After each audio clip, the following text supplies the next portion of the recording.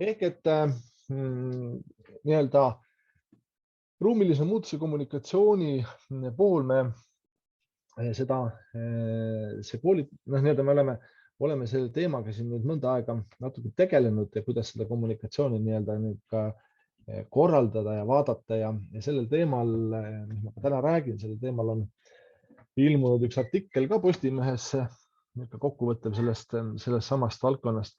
Nii et te saate sealt hiljem juurde lugeda, kui tarvis on, või neid mõtteid, mida ma siis täna lühidalt jagan, on seal natukene võib-olla pikemalt kirjutatud. Aga tulles siis selle kommunikatsiooni juurde, siis üldiselt koolitõde, mida kommunikatsiooni inimestele öeldakse, et on üks esimesi, mis kuskil esimesel kursusel, võib-olla juba teisel päeval öeldakse, on see, et tee õigeid asju ja räägi sellest. Ehk et niisuguse kommunikatsiooni alus on see, et üldiselt on väga raske maha müüa või lollitada publikut, eks ole. Kui sa juba tead, et sa teed õiget asja, siis see asi toimub ja mul on siin 2 pildilist näidet, ilmselt on need teemad teile tuttavad.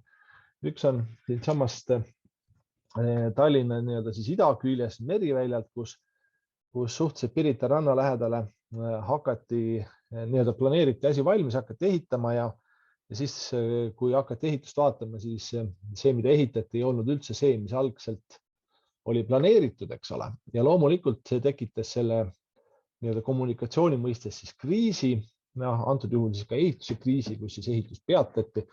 Ehk et situatsioon, kus nii-öelda see, mis paberil algselt näidati ja see, mis tegelikult tehti, olid erinevad ja siin ei saa eeldada mitte kunagi, et nüüd keegi ei pane tähele või äkki saab ära teha või ütleme, kui juba kavatsused on kehvad, siis kommunikatsioon väga aidata ei saa.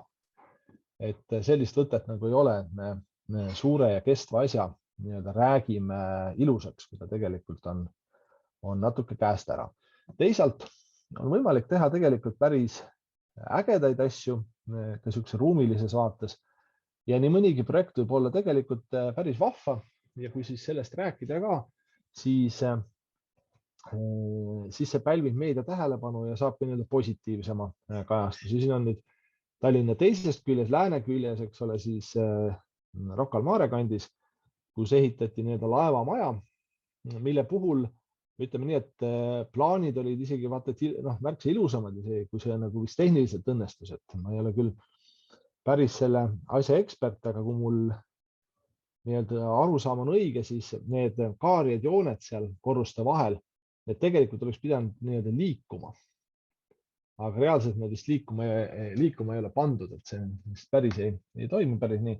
Aga siis, kui seda projekti tehti, siis, kui see kõik oli kavas, siis need plaanid olid hästi ilusad ja nad nii-öelda ka liikusid jõuliselt selle poole, et see saavutada.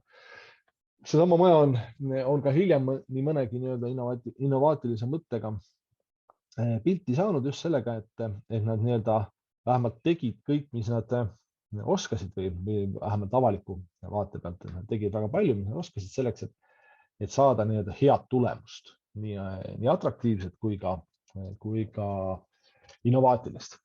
Ehk et hästi oluline niisuguses vaates teha õiget asja. Nüüd,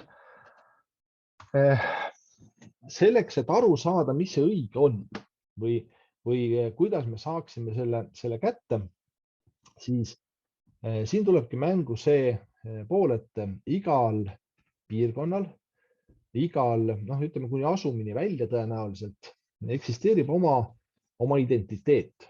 Mulle küll meeldib rohkem öelda oma väärtusväli, aga mingi oma arusaam sellest, milline see piirkond peaks olema. Ja suhteliselt raske oleks luua head ruumilahendust, kui meil ei ole ettekujutust sellest, mis võiks see identiteet olla. Nüüd, toon näite, see võib-olla lipsab meile mõnes mõttes hiljem ka korra sisse, aga siis, kui algas plaan, et Tartu lähedale võiks rajada tselluloositehase, siis see oli nii-öelda selgelt nii-öelda väärtuskonfliktis objekt. ma ei räägi siin, eks ole, ehitustehniliselt või keskkonnavaates, mul tegelikult ei ole selle kohta teadmisi.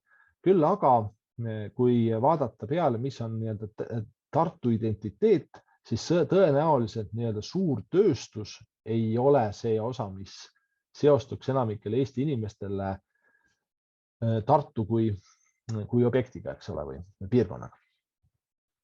Nii et selleks, et me saaksime mingisuguses ulatuses midagi kommunikeerida, me peame teadma, mis on see eelhäälestatus, mida inimesed selles piirkonnas nii-öelda ootavad või mõtlevad. Et mille suhtes neil on negatiivne, mille suhtes positiivne hinnang, ehk mis on selle piirkonna identiteet. Nad on veel ühe niisuguse kinnisvara vaatest näite. On nii-öelda niisuguse äärelinna puhul on üsna tavaline see, et müüakse maha näiteks elamukrunt metsa ääres. Terve rida krunte metsa ääres müüakse maha.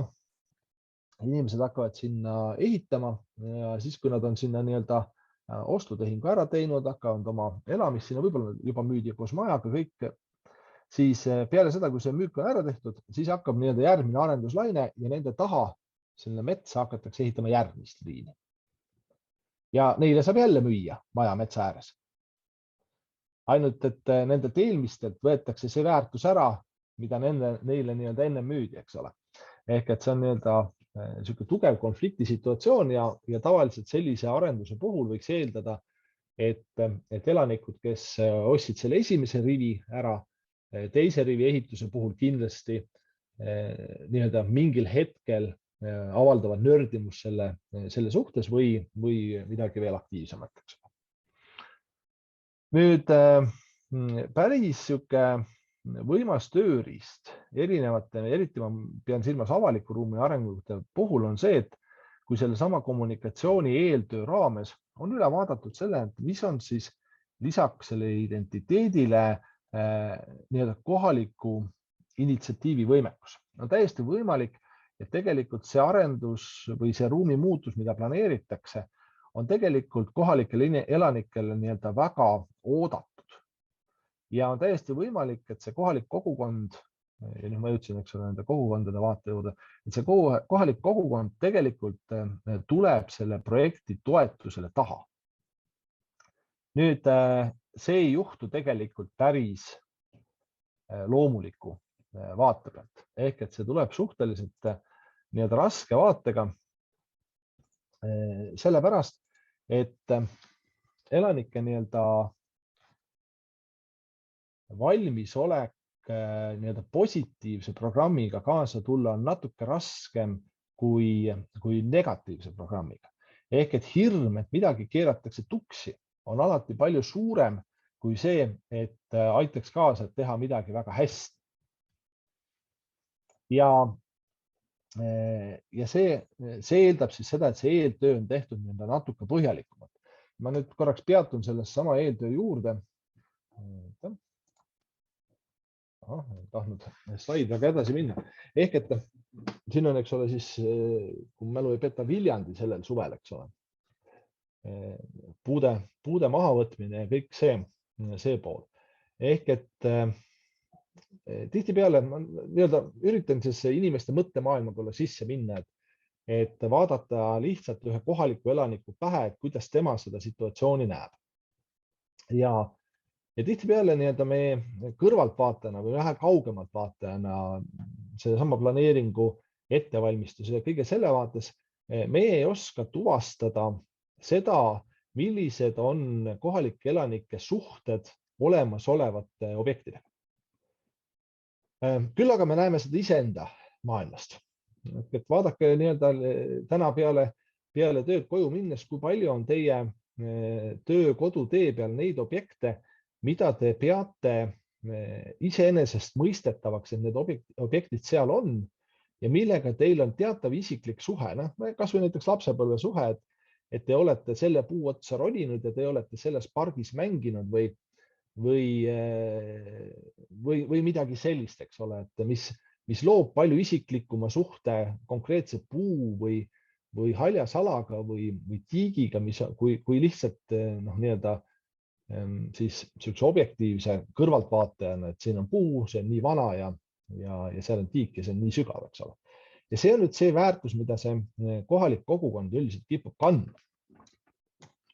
Nüüd need väärtused jaotuvad tegelikult, jaotusi muidugi võimalik mitmeid teha, aga mina jaotasin nad ära nii-öelda 3 kategooriasse, millest siis inimene suhtub erinevalt. Esimene asi on mugavusväärtus. Ühe selle ruumi vaates siis on olemas mingid asjad, millega me oleme harjunud, mis on meile teataval määral mõnusad toimetada. Näiteks ülekäigurada selle koha peal, kus iganes see koht siis on, sealt on meil mugav üle minna. Kui see ülekäigurada nihutada natuke teise koha peale, siis on päris suur tõenäosus, et suur hulk inimesi jätkab selle ülekäigu või selle tänava ületamist sama koha pealt, kus ennem oli ülekäigurada, siis oli mugav. Samas suure tõenäosusega keegi ei vii mingisugust väga suurt protestiliikumist, et see teise kohta viia ja võib-olla mõne aja pärast inimesed harjuvad ka teisest kohast üle käima, kui liikumistrass selle suhtes muutub loogiliseks. Mugavusväärtused siis on, kas võib ka objektide vaates, et kas selle koha peal on kauplus või selle koha peal on kohvik, kas selle koha peal on üldse midagi niisugust tarvitatavat. Aga mugavusväärtustest on inimestel suhteliselt lihtne lahti lasta. Et kui ikkagi kuskil nurga peal on olnud kohvik, see pannakse kinni ja selle asemele tuleb väike kauplus, siis see tavaliselt ei ole väga suur probleem, sellega ei kaasne suuri konflikte, seda ei ole vaja erakordselt suurtes seletamiste ja kommunikatsioonimöll tuleb seal väga väike, et sellega üldiselt inimesed lepivad, sest see on lihtsalt väike mugavusküsimus. On erandeid. Ka selles asjas on erandeid. Näiteks ilmselt te kõik teate Tallinnas sellist kohta nagu Vallipaar. Ja vähemalt ma kunagi mäletan situatsiooni, kus minu Vallipaar vist on linna rendipinna peal ja vist oli küsimus, et kas Vallipaari võiks panna avalikule konkursile ja anda see konkreetne baari ruum mõne teise operaatori kätte või panna avalikule konkursile. Ja võt siis oli küll selline moment, kus sellest tekkis suuremat sorti kära. Ja minu arust täpselt samasugune situatsioon vist juhtus Kuku klubiga. Kui Kuku klubi anti konkurssi korras teisele operaatorile, siis see tekitas ka suuremat sorti kära ja lõpuks on Kuku klubi jälle sama koha peal tagasi, eks ole, et see asi lahenes sedapidi.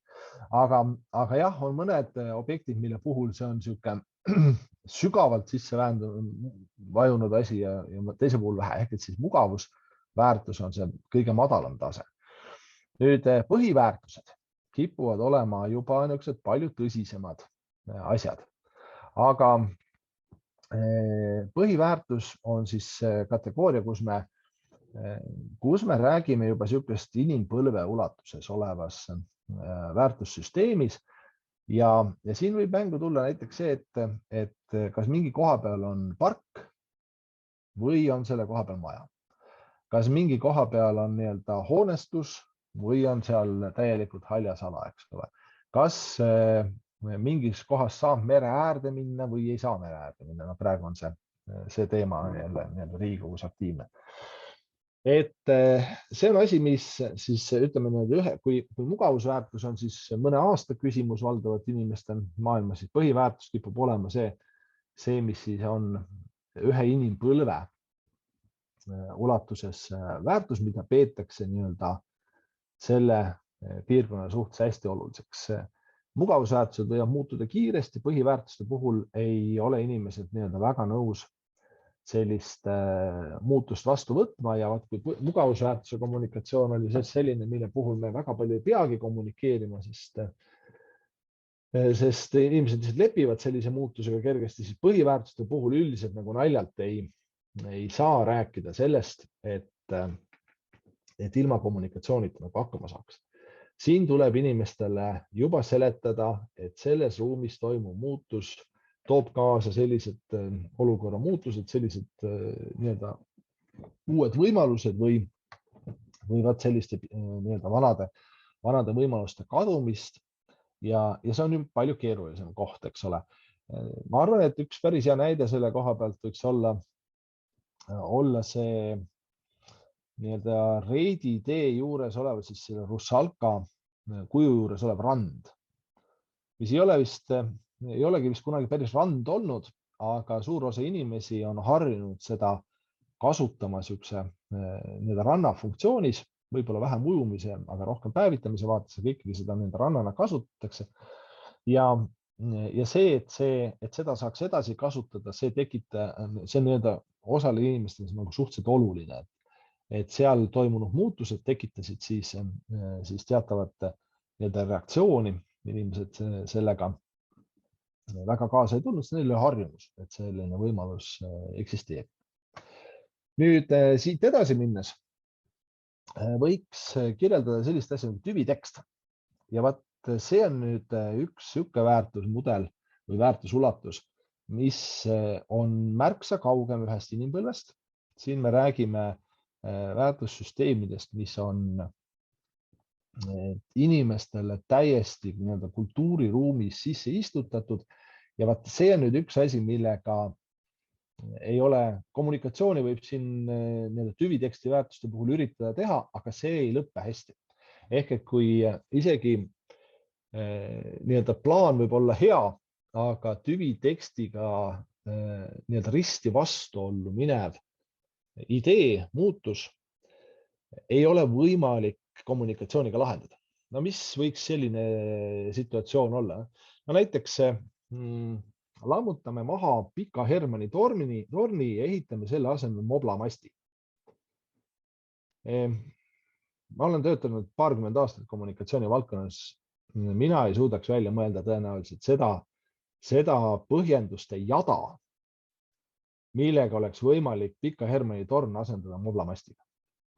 See on midagi liiga fundamentaalselt seotud Eesti Vabariigi eksistentsiga, et seda lihtsalt ei saa ära lammutada. Et seda muutust ei ole võimalik teha.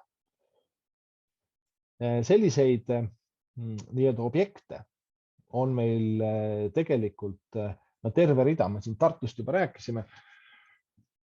Tartu Ülikooli ajalugu on ju erakordselt kirev ja on ta pidanud ka teistes linnades tegutsema, aga tõenäoliselt ei julgeks täna mitte ükski poliitiline jõud tuua arutelu alla ideed Tartu Ülikooli kolimist kuhugi mujale. See lihtsalt on Tartuga nii lahutamatus seoses olev objekt, sajandeid olnud ja jääb ka sajanditeks, ehk et ta on siis nii-öelda kultuuriline tüvitekst ja siin ei ole võimalik muutusi teha. Nii. Ma vaatan vahepeal, kui ma teen niisuguse pausi, ma vaatan korra sinna chati ka, et siin on head tähelepanekud tõepoolest seesama Südalinna kultuurikeskuse mainimine siin ja pargi. See tegelikult läheb nüüd selle põhiväärtuse alla, eks ole, et ei ole tegemist mugavusväärtusega, vaid see on põhiväärtusega. Seda on võimalik kommunikatiivselt teostada, ainult et selle nii-öelda alguspunkt on palju varasemalt, et see ei ole selline asi, et nüüd täna hakkame tegema, et nüüd läheb korda, eks. See rong on tegelikult juba ammu liikvele läinud, et siin ei ole nagu väga palju teha. Ja siin on ka siis Veskimöldrit mainitakse, kus tõepoolest on sama, aga samasugust nii-öelda metsaääre ja majade teemat ilmselt leiab vist kõikides uusarendustes enam-vähem ümber suuremate linnade. Niisiis mugavusväärtustega saab lihtsalt hakkama, põhiväärtustega tuleb tööd teha ja tüvitekst on siis see, millega me tegelikult kommunikatiivselt ei saagi midagi teha või täpsemalt me saame ainult sellele toetuda. See jääb tänasest nii-öelda loengu otsast välja, aga kui mul on teinekord pikemalt aega nendest rääkida, siis siin on müüdi loomise pool, kus tüviteksti edukas ärakasutamine või vastupidi luua nagu erakordselt väärtuslikku ruumi. Inimesed tunnevad, et nad on saanud mingisuguse märksa võimsama asja kui lihtsalt mingi ruumiline muutus. Nii. Nüüd, kuidas sellist tabada? Ma olen siin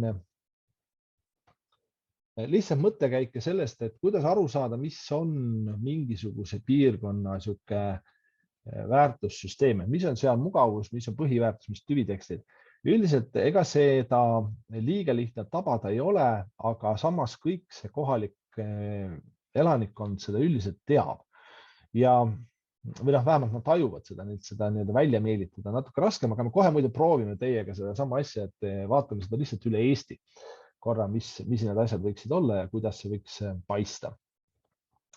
Mõtted lihtsalt, millega seda saaks teha, tõepoolest niisugune mõttekoda ehk et üks võimalus ja see on tavaliselt päris hea nii-öelda lähtepunkt ühe piirkonna muutuse kommunikatsioonist, algatada üks kohaliku arengu mõttekoda ja lasta inimestel nii-öelda välja käia, kuidas nad näeksid välja seda mingi piirkonna arengut ja sinna on oluline just see, et see on asumipõhine ehk et me ei läheks küsima seda arengu väljavaadet inimestelt, kes ei ole kohaliku eluga väga lähedalt kursis ja kes ka nende kohalike elanike vaates ei ole usutavad selle koha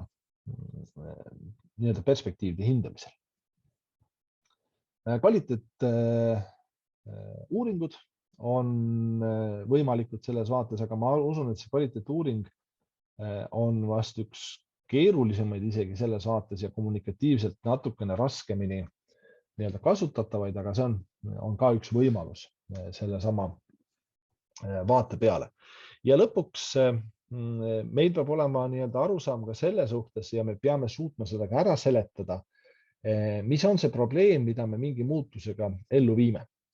Ehk et kui inimene ei saa aru, ükskõik kui suures ulatuses muutusest me räägime, kui inimene ei saa aru, mis on see lahendatav probleem, siis üldiselt me ei saa eeldada sealt positiivset reaktsiooni. Ehk et see toob tavaliselt kaasa alati negatiivse reaktsiooni ja siin ei aita see, kui meil on olemas formaalne probleemi lahendus. Ehk et see, et kuskil õigusaktis või kuskil on mingisugune märge ja me selle järgi nagu toimetame, siis see ei lähe selle elanikule korda. Küsimus on just nimelt, millist probleemi me selle kohaliku ruumi vaates lahendame. Nii, kuulge, nüüd on teiega väike katse. See koht, kus ma lasen teid rääkida. Ma näitan teile viite linna või viie linna nii-öelda nimesid. See pilt tuleb juurde täiesti illustratiivne, see ei ole seotud ühegi Eesti linnaga. Aga minu palve teile on, et äkki siis teeme chati kaudu selle, et kui ma nüüd näitan linna nime, siis kirjutage märksõna, mis on teie arust selle linna põhiväärtus. Lihtsalt üks põhiväärtus, ilma milleta te seda linna ette ei kujuta.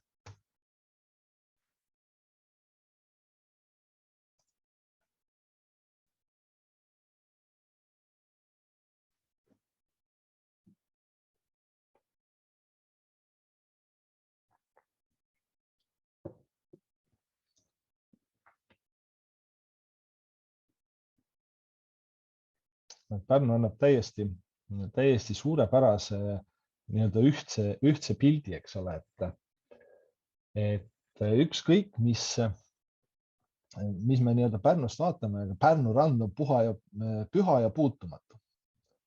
Ehk et sealt ei saa nagu suurt midagi teha. No, kujutage nüüd ette, eks ole, kui kriitiliselt suhtuvad inimesed sellesse, kui Pärnu rannas hakatakse tegema mingisugust mastaapsemat muutust ja see muutus läheks vastuollu nii-öelda selle ranna olemusega. No, need väga hästi ära tabatud. Nii, võtame järgmise linna kohe. Et aitäh Pärnu eest.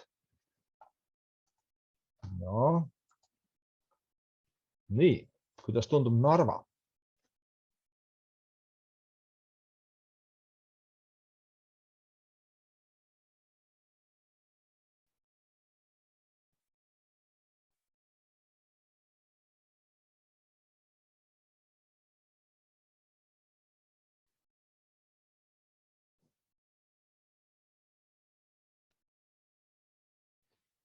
Nii hakkab ka joonistama välja, et seal on terve rida nii-öelda sellised objekte, mis on lahutamatud, eks ole, Narva Narva linnus, Kreenholm, piir, eks ole.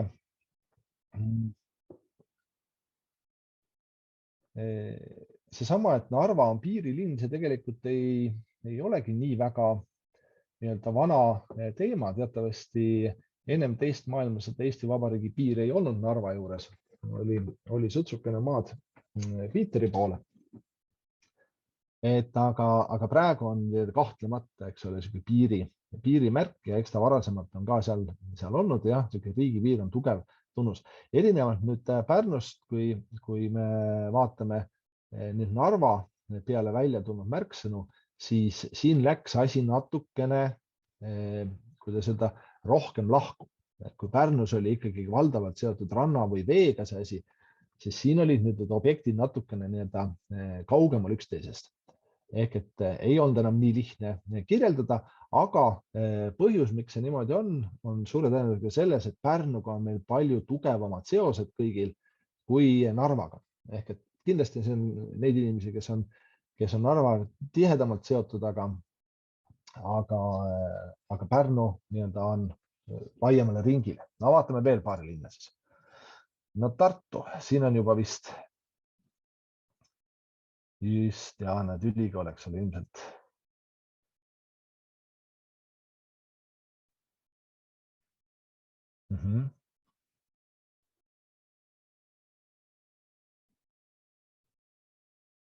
Kui ma ise sellesama Tartuga tegelen, siis ma jõudsin ka nii-öelda selle ülikooli ja jõeni. Ei saa kummatagi. Võta üks ära ja enam ei ole Tartut. Tõepoolest. Ja ülikooliga tudengid, eks ole, siin tulevad sisse, ei saa ka ilma. No vaatame ühe linna veel, või isegi kaks linna veel, vaatame, mis tuleb. Ja nüüd ma lähen natuke keerulisemaks jälle, et kuidas tundub Kuressaare? Näed, siin on kirjaviga sisse tulnud.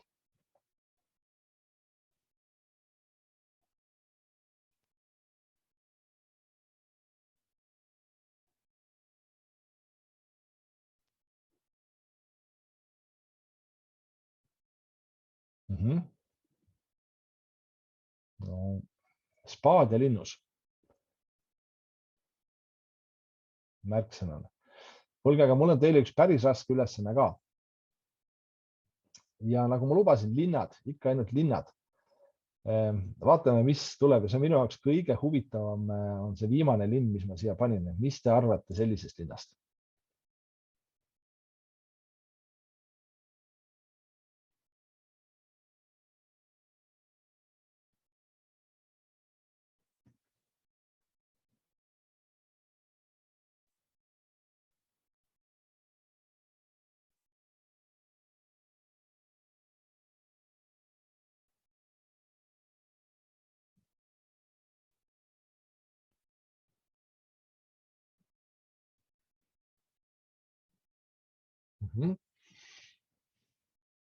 Ja kihvt oli juba vaadata seda hetke, eks ole, täitsa alguses, kui Pärnu või Tartu puhul hästi kiiresti tulid reaktsioonid, siis Kilingi-Nõmme juba vajas natukene mõtlemist. Ja kas te panite tähele, et kui teiste linnade puhul me rääkisime ikkagi nii-öelda linnalistest objektidest, olgu ta siis sild või linnus või ülikool või midagi sellist, siis Kilingi-Nõmme nii-öelda põhimärksõna on tegelikult isegi mitte linnaline, ta on ikkagi nii-öelda siis puud, mets, männid, eks ole, on see, mis tuleb siia jõuliselt sisse. Nüüd see, kuidas me praegu vaatasime, aitäh teile kõigile nende kaasamõtlemiste eest. Võtan seda korra nüüd kokku, eks ole, et see, mis me praegu nägime, see tegelikult ei ole nii-öelda hea alus millegi muutmiseks. Me saame ainult aru seda, et see on üle-eestiline pilt, sest siin olevad inimesed on tõepoolest koos väga erinevatest piirkondadest. Ja sellest tulenevalt siis meil ei ole need nii-öelda kohaliku vaate positsioonid, aga ma usun, et enamik kohalikke nende objektide ka nii-öelda nõustuvad. Ehk et keegi ei kujutaks Kuressaare elanikest ka ette Kuressaaret ilma linnuseta või Kilingi-Nõmmet keset nii-öelda raielanki. Et ilmselt need on nii-öelda ka selle osad, aga see ei aita meid tegelikult lahendada päris nii-öelda kohalikku mingi konkreetse objekti vaadet. Ja siin tulebki nüüd mängu see, et mis on selle konkreetse objekti siis see mõjuala või kus see mõjuala nagu tegelikult on. Kui siin oli see Südalinna kultuurikeskuse teema, siis seal ei ole ka võimalik öelda mõjuala liiga kitsalt. Noh, ütleme nii, et kui me tahame ehitada neid väike eramaju kuhugi metsaserva, siis selle mõjuala on siis, ütleme seal võib-olla mõnisada meetrit ümber selle piirkonna, millest me peaasjalikult räägime, võib-olla kilomeeter, eks ole. Siis Südalinna kultuurikeskuse puhul me ei saa rääkida mingist kilomeetrisest mõjualast ümberringi. Kahtlemata Südalinna kultuurikeskus on tervet Tartut ja tegelikult ka Tartust väljapoole inimesi puudutav objekt. Ehk et see on koht, kus see väärtussüsteem vajab kaugemale vaatamist ja siis samal ajal tõepoolest mõnel juhul on see väärtussüsteem üsna pisikene. Aga see on nüüd see, kuidas kõik see on see, mille pealt me näeme ära, kuidas toimub reaktsioon. Ehk et kui mina oleksin juhtimas mingisugust sellist kommunikatsiooni, siis mina tahaksin kõiki neid asju teada. Mina tahan teada, kuidas näevad inimesed väljaspool Kilingi-Nõmmet, eks ole, mis on nende väärtusulatus selle linna suhtes, aga ma tahaksin näha ka seda Kilingi-Nõmme kohalike elanike vaadet. Ja vaadake, siin tuleb isegi mängu see sama asi, et kui nüüd RMK ja samas Kilingi-Nõmme juures kavatseb mõnda metsatukka tühjaks teha puidust, siis isegi see toob kaasa reaktsiooni. Me ei räägi, eks ole, väga pikaajalisest muutusest, aga me räägime muutusest, mis siiski on põhiväärtuste all, eks ole, mis mõjutab ühte inimpõlve. Ja see toob reaktsiooni, kui inimesed nii tugevalt näevad, et mets on osa selle piirkonna identiteedist, eks ole. Ehk et sealt saab hakata üles ehitama seda, kuidas me üleüldse kommunikeerime sellist vaadet. No vaatame siis mõnda objekti veel, mis meil siin tuleb. Nii. Nüüd, kui meil on idee sellega, et me hakkame mingisugust muutust tegema, me oleme kaardistanud ära, et selle piirkonna need väärtusväljad mõtted on vaat sellised ja järgmise asjana me siis leiame ka need kohalikud aktiivgrupid, kes on valmis kaasa rääkima ühe või teise muutusega. Kas siis poolt või vastu, aga meie jaoks meeldivam oleks, eks ole, muutuste läbiviimisel ikkagi poolt, aga ka vastaseid peaksime teadma. Aga antud juhul me ei ole neile veel hakanud pakkuma mingisugust muutust. Kõige ideaalsem lahendus on see, et me loome olukorra, kus need initsiatiivgrupid, kohalikud kogukonnad pakuvad ise välja, et vot seda piirkonda võiks arendada niimoodi. Nii et see võiks justkui näha välja kohalik algatus. Mõne objekti puhul seda on suhteliselt raske ette kujutada, aga miks mitte? Ütleme niimoodi, et seesama tselluloositehas Tartu külje all oli raskesti ette kujutatav ja ma ka ei kujutaks ette, kuidas kohalik initsiatiiv selles võiks välja näha, sest ta ei lähe väga hästi selle väärtussüsteemiga kokku. Samal ajal ei ole üldse keeruline seda asja kujutada ette Ida-Virumaal, kus see läheks kokku nii kohaliku initsiatiiviga, kus kohalikud organisatsioonid võiksid siis öelda, et jah, me oleme väga huvitatud, et siia piirkonna tuleb töökohti ja kõike seda ja seal ka tööstuse vastu ei ole sellist väärtussüsteemi konflikti. Aga see on ideaalvariant, eks ole, et tegelikult kommunikatsioon algab väljaspoolt siis selle idee eestvedaja organisatsiooni või eestvedaja positsiooni. Kohalikud ütlevad, me tahaks selle piirkonna niimoodi lahendada. Ja seejärel on siis järgmine samm eskiislahendus, mis siis arvestab seda, kuidas see kohalik elanik seda välja pakub ja seda tihtipeale vaadatakse, et see on ju ainult idee või see on ainult mingisugune mõttekäik, mis on. Aga vaadake, inimeste jaoks on see kohutavalt tähtis. Ehk et kui inimesele näitad pilti, kuidas mingi piirkond hakkab tulevikus välja nägema, siis selle inimese jaoks see, kuidas sa seda pilti näitad, ongi see, kuidas see hakkab välja nägema. Suure tõenäosusega me saame aru, et see ei hakka niimoodi välja nägema, aga niimoodi inimesed võtavad seda vastu. Ja siin on üks mitte väga ammusest ajast Tallinnast näide, kus me räägime Estonia teatri juurdeehitusest, eks ole. Ja kui inimestele näidatakse sellist pilti, siis esimene reaktsioon ongi selline, et Estonia teatri külge kavatsete ehitada tohutult suurt hallkuubik. Kogu arhitektuuri osa maailmast saab aru, et siin ju räägitakse tegelikult ainult mahtudest. Et keegi ei kavatse ehitada täpselt sellist kuubikut. Aga selle tavalise inimese jaoks, kes võtab ajalehe kätte või vaatab õhtul Aktuaalset kaamerat, tema jaoks kavatseb keegi ehitada Estonia teatri külge sellise kuubiku, sellepärast et Estonia teater on seal juures näidatud selle vana klassikalise Estonia teatrina, aga juurdeehitusvaade on lihtsalt kuubik. Veel hullem on see, kui seda näidatakse nii, vot selliselt. Ehk et seda presenteeritakse mitte lihtsalt halli kuubikuna, vaid punase kuubikuna. Ehk et sinna täitsa kindel, et siin ei saa tulla positiivset reaktsiooni, sest inimesed kujutavad ette, et sinna tahetaksegi teha punast värvi maja. Et jällegi, spetsialistid saavad aru, et see niimoodi on. Isegi meedia põhjendab ära, miks nad selle punaseks värvisid, ikka selleks, et paremini ära näidata, mida tahetakse muuta. Aga ei, inimesed näevad seda, et sinna kavatsete ehitada punane maja.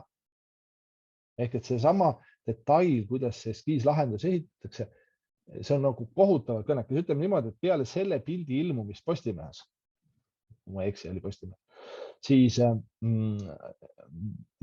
saada inimestelt leplik hinnang, et jah, selle koha peale võiks teha Estonia teatrit, on äärmiselt raske, sest see punane kuubik jääb nende mõttesse ja paraku see jääb ka meediast keerlema. See tuleb uuesti teemaks. Ehk et see hirm on suur, aga nüüd lihtsalt mõttemänguna kujutame ette seda sama olukorda, kui see sama punane kuubik oleks natukene suurema tööga küll, aga oleks jällegi minu oskused seda päris teha ei ole, aga üks disaini, aga oleks esitatud täpselt sama stiili, mis on Estonia teater, ehk et seda juurdeehitust oleks näidatud arhitektuurselt täpselt samasuguse stiiliga. Ja jälle me saame aru, et see ju ei pruugi niimoodi olla, aga vaadake, see on täpselt sama väärne.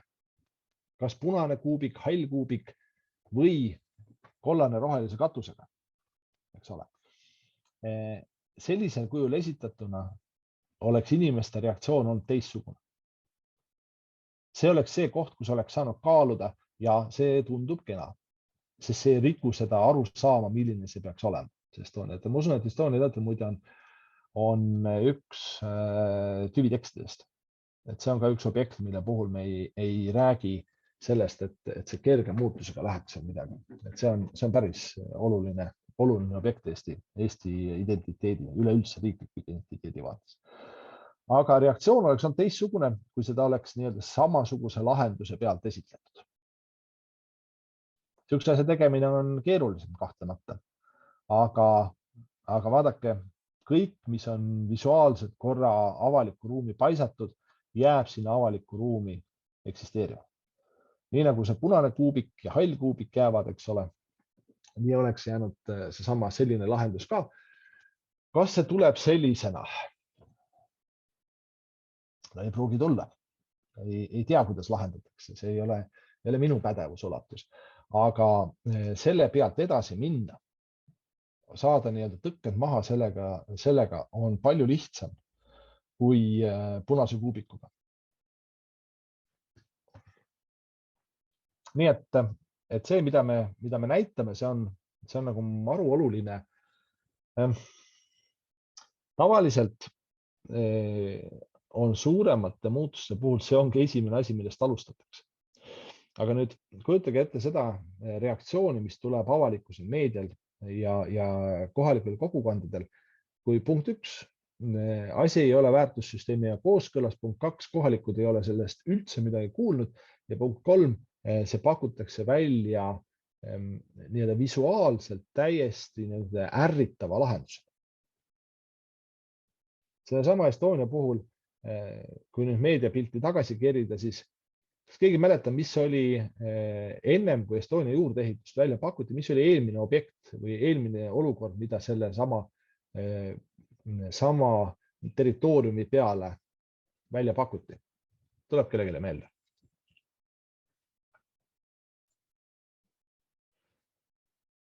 jah, Pätsi kuju. Tõepoolest, sinna pakuti välja visuaalselt märksa tagasihoidlikumas lahenduses, aga muidugi hiigelsuure peakujuga, nii-öelda siis Konstantin Pätsi kuju ühe. See oli siis nii-öelda visuaalselt, mis meediapildis nagu läbi käis. Ja seegi tekitas inimestes teatavaid siukseid värelusi, eks ole, kes poolt, kes vastu.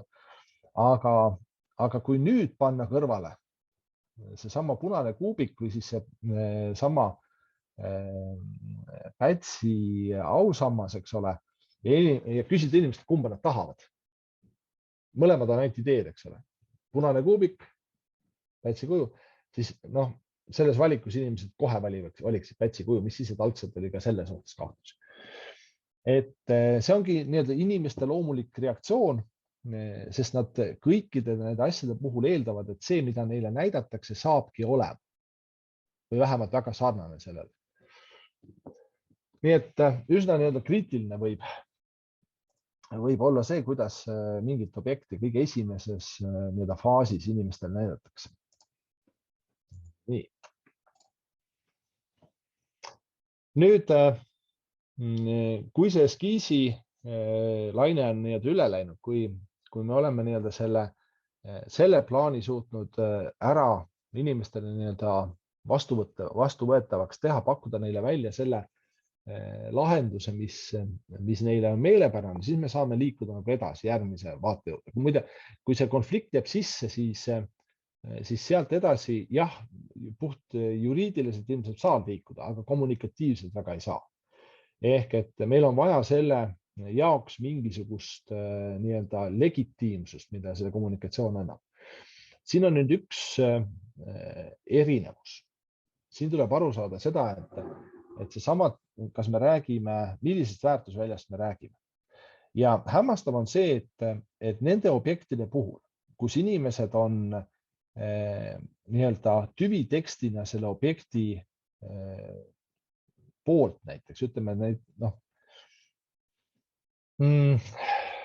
ma toon ühe niisuguse näite, mis võib tekitada mõned ärritust, aga miks mindi väga jõuliselt edasi Vabadussõja võidusamba projektiga olukorras, kus meediaruum oli üsna negatiivselt meelestatud selle suhtes. Aga selle põhjus oli see, et Vabadussõja võidusamba nii-öelda esimesed eskiislahendused olid ilmunud ja sealt edasi toimus või sai läbi viidud arvamusküsitlused. Et mis on siis inimeste nii-öelda täiesti personaalsed arvamused selle suhtes, kas on okei ja kas see peaks olema ja kas see meeldib ja nii edasi. Ja nüüd teeme kiire küsitluse jälle chatti. Mis te arvate, milline oli avaliku arvamuse küsitluste järgi Vabadussõja võidusamba sellisel kujul püstitasime kõige madalam toetusprotsent? Teil on vaja ainult number kirjutada.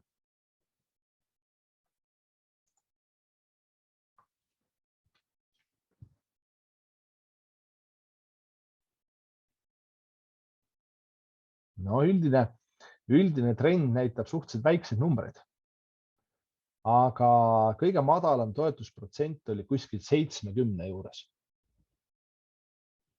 Ehk et miks poliitikud sellega julgelt edasi läksid, oli see, et meedia trampis ühte ja teiste pidi.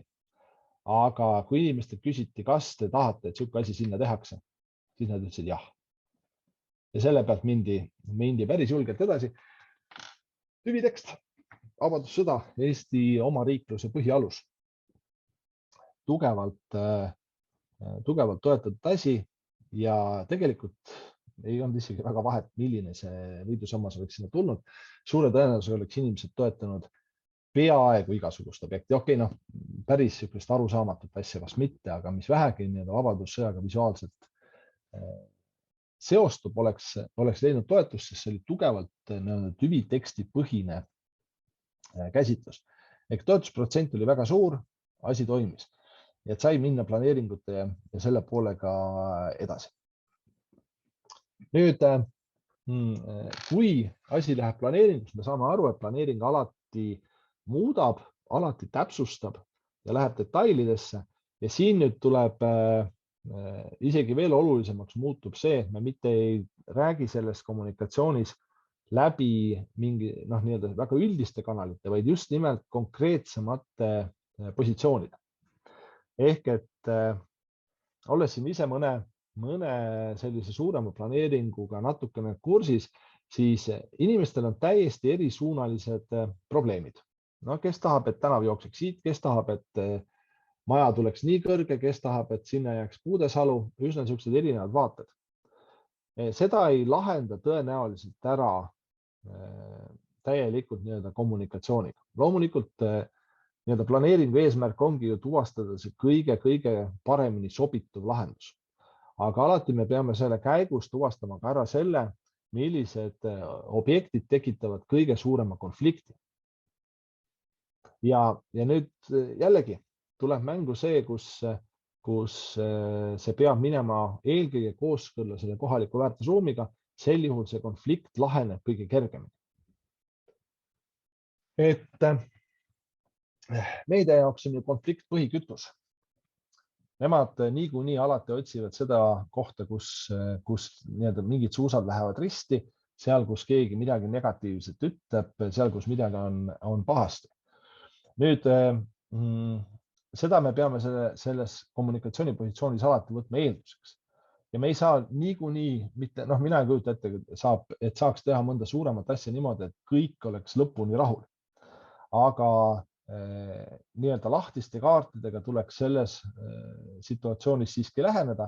Ehk et selles, me ei saa nii-öelda läheneda sellele niimoodi, et me nii-öelda üritame asja näiteks sõnastada ümber või mingi üldnimetaja alla suruda või midagi niisugust, et lihtsalt öelda, et sinna tuleb tee ja saada nii-öelda inimestelt justkui heakskiit kätte, aga lõpuks teha sinna ainult autotee, kui samal ajal inimesed tahaksid, et see oleks kõnnitee ja jalgrattatee.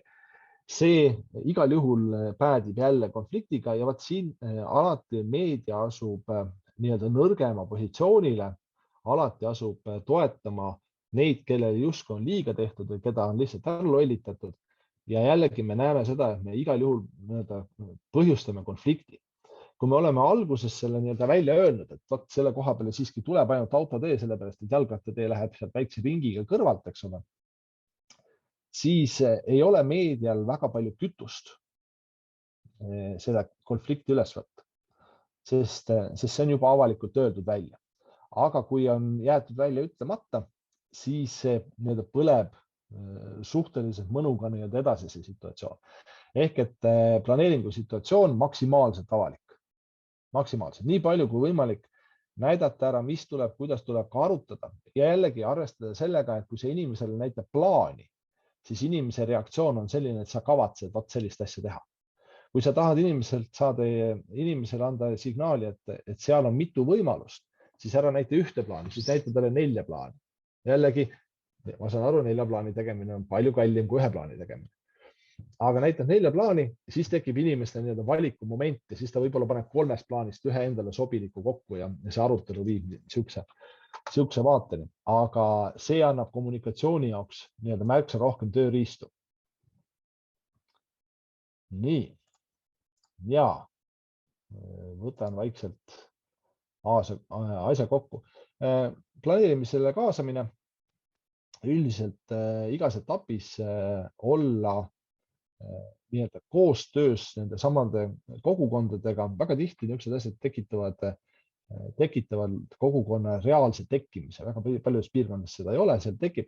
See on see koht, kus saab nii-öelda koos töötada, aga nii-öelda ideaalvariandis, eks ole, vastastikuse toetamise, mitte konflikti vaates. Ja lõpuks nii-öelda, kui see paberil protsess on läbi, siis me jõuame tegelikult kõige raskema situatsioonini, millesse peab valmis olema, sellepärast, et on päris suur hulk inimesi, kes vaatamata sellele, et kommunikatsiooni on tehtud, on räägitud raadios, teles, ajalehtedes, topitud postkastidesse asju. Suur hulk inimesi saab aru, et midagi toimub alles siis, kui mootor saab käima pannakse ja puu maha võetakse, kui kopp hakkab maa sisse auku kaevama, midagi aed püstitatakse. Suure osa inimeste jaoks algab alles siis mingisugune nii-öelda reaalne tegevus ja me peame olema selles situatsioonis valmis, et sealt tuleb järgmine laine, järgmine niisugune ka negatiivne, ka protestiesi, aga kui me oleme eelnevalt teinud kõik asjad korralikult, väärtussüsteemid paigas, kogukonnad kaasatud, kõiki variante nii-öelda kaalutud, siis see protestilaine ei jõua enam nii-öelda suure lainena sama meediapilti või väga suurt seda keskkonda mõjutama, sellepärast et kogu see kütus on juba ära põletatud. See on juba kõigest on juba räägitud ja ajakirjanduse jaoks kõige olulisem asi, et räägiks millestki uuest. Seda enam ei ole. Ehk et siis on nii-öelda see ulatus tehtud. Nii. Mulle öeldi, et paar minutit nüüd siis ma selle tormasin lõppu ära, aga kui on küsimusi, siis ma olen täitsa valmis vastama.